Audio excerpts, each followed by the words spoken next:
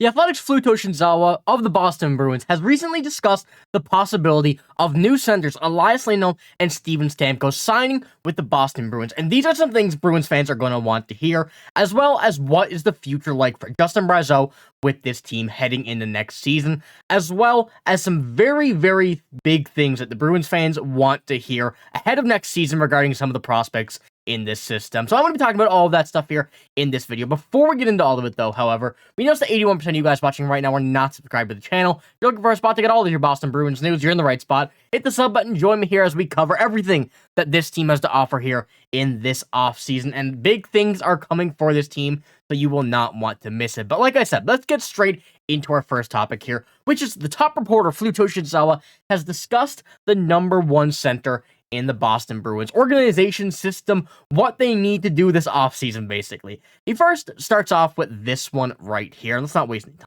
What do you think about the Bruins bringing in center vacancy, Steven Stamkos on a 3-year deal? Or sorry, bridging their center vacancy on a Steven Stamkos 3-year deal. Haven't heard his name mentioned as much. With Tampa's cap issue, he could solve some offense. That is from Evan C. when he was taking questions regarding any Boston Bruins things that you wanted to hear. And this is what he had to say. The Bruins would love to have him. Depends on the price, however. Green light if we'd consider $7 million annually, which is, to be honest, a lot more than I thought that he would probably make right now. Steven Stamkos is still a fantastic player.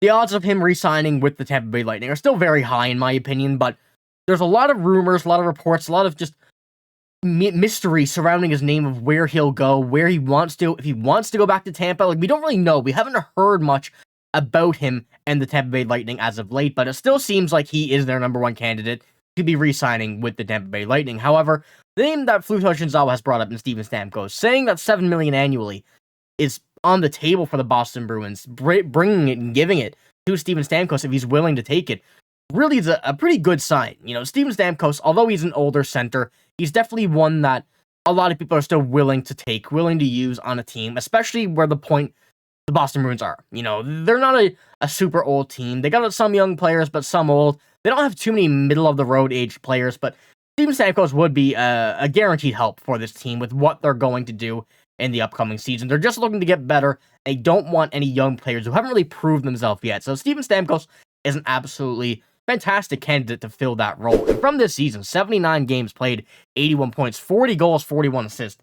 Although he's playing with some great players on Tampa, he still got it. The 34-year-old can certainly still play the game, and then adding his talents to a Boston Bruins roster with, you know, pairing of some players that are good, just as good as what he was playing with on Tampa.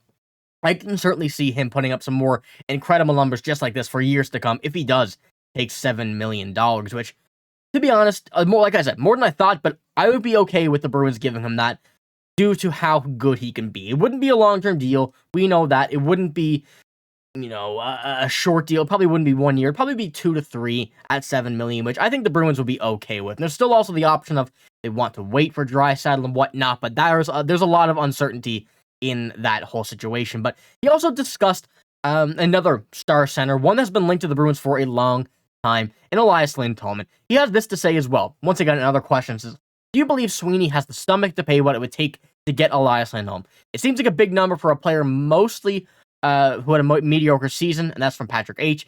And Fluto Shinzawa with a pretty bold answer, just saying yes. You know, that's another big sign as well, that there's no explanation needed, really showing that Elias Lindholm still the target that the Bruins had in the trade deadline going into this free agency, although, once again, still may stay with the Vancouver Canucks, is a good sign that the Bruins are still going to be targeting him.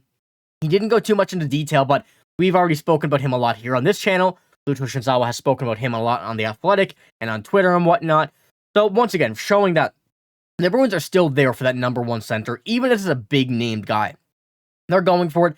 Don Sweeney's plan seems to be lining up the way he says it's going to be, seems to be wanting to make a splash, and I really think 2 of these guys right now in this offseason are the best options involving a center, a #1 center that this team could use. Those 2 along up there with Martin Necas, I think, are the likely options, but seems to be those 2 right now. Haven't heard much from Necas yet again for a little while, but some guys to keep an eye on there in Elias Lindholm, Steven Stamkos, and even once again, we know that Elias Lindholm's a great player, as that the questionnaire said, and Patrick H.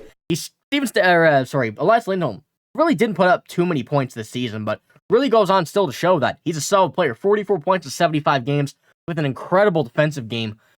He's a certainly notable addition that the Bruins should make this offseason, likely to target and, try and go after once again. So let me know what you think about those two.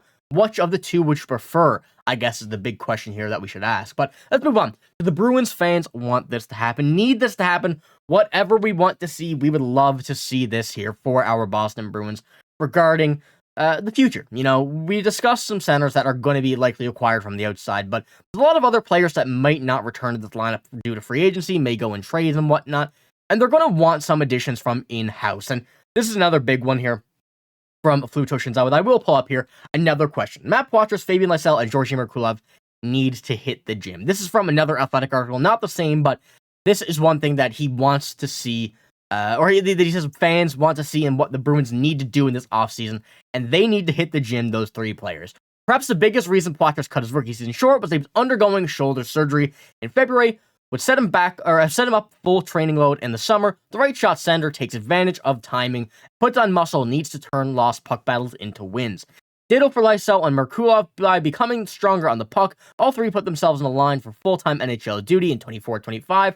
The Bruins need their skill and costly efficiency on the varsity, which is absolutely true. I've discussed that in the last video, that these guys really need to make this NHL spot. And that's one thing that everybody has said in the comments in many videos I've talked about these guys, and which is absolutely the big case of these three. They need to put on some muscle. They need to put on some weight. They need to become bigger and a lot stronger on the puck, which is one thing the Bruins are known for in their history. One thing the Bruins need, especially in this lineup here now. They need to be stronger. They need to be better on the puck, and this is one thing that we want to see in this offseason.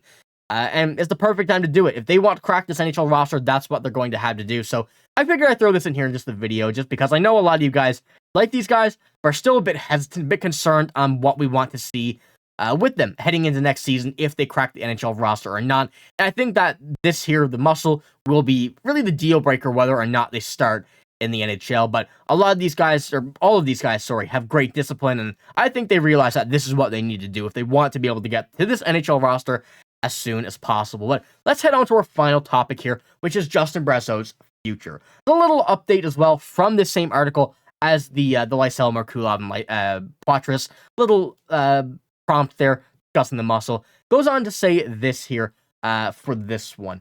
Right here. Justin Brazeau's ceiling. What is it? Do you see him being paired with Poitras to act as a protector for him? And that one is from Michael M. So this is what Fluto Shinzawa had to say once again. No on the latter. That's not his game. As for a ceiling, I think there's something there. He's never gotten the opportunity to play big minutes. I would not be surprised if he holds zone as a number 2 right wing and first power play guy if he's given the chance. Brazeau is not a typical power forward, but he's excellent at protecting the puck and making skilled small area plays. He just needs the ice time to do so. And that's one thing I know we want to see in the playoffs. We want to see a bit more of Justin Brazeau. The injury sucked. The timing was not great. Didn't get his feet underneath him right away. But from what we started off as in the Bruins uniform, we loved it. We wanted to see more of that, and that's what the Boston Bruins team needed. So I think giving him more ice time, giving him more opportunities, giving him a plethora of scoring chances, net front battles on the power play and whatnot, I think he'll be a great player for this team if he's given that number 2 right winger role, which I really do hope. I love Justin Brazeau. I've seen him play for my hometown team, and he's just a talented player that goes really under the radar, unrecognized for a lot of people, and he deserves to be given a lot of ice time, knowing what his potential could be. So another big thing to watch, Justin Brazeau. Could he be moving up in the roster ahead of next season to maybe replace a winger that might leave, replace someone instead of going to sign him in free agency, an in-house guy? So let me know what you think of all of these topics here. A bit of a longer one here today, but a lot of important stuff heading into the offseason, heading into next season as well. So like I said, let me know what you think. Stamkos, Elias, Lindholm, which one would you prefer as a number 1 center if we could get one guaranteed, as well as Justin Brazeau? Very big one, very interesting one to see what could happen with him here in the offseason and a potential number 2 right wing role. But that's all I got here in this video. If you did enjoy, make sure to give it a like, hit the sub button as well if you do want to stay up to date with all of the Boston Bruins news. But I'm signing out. Thank you for watching. Hope you have a great day. See you later.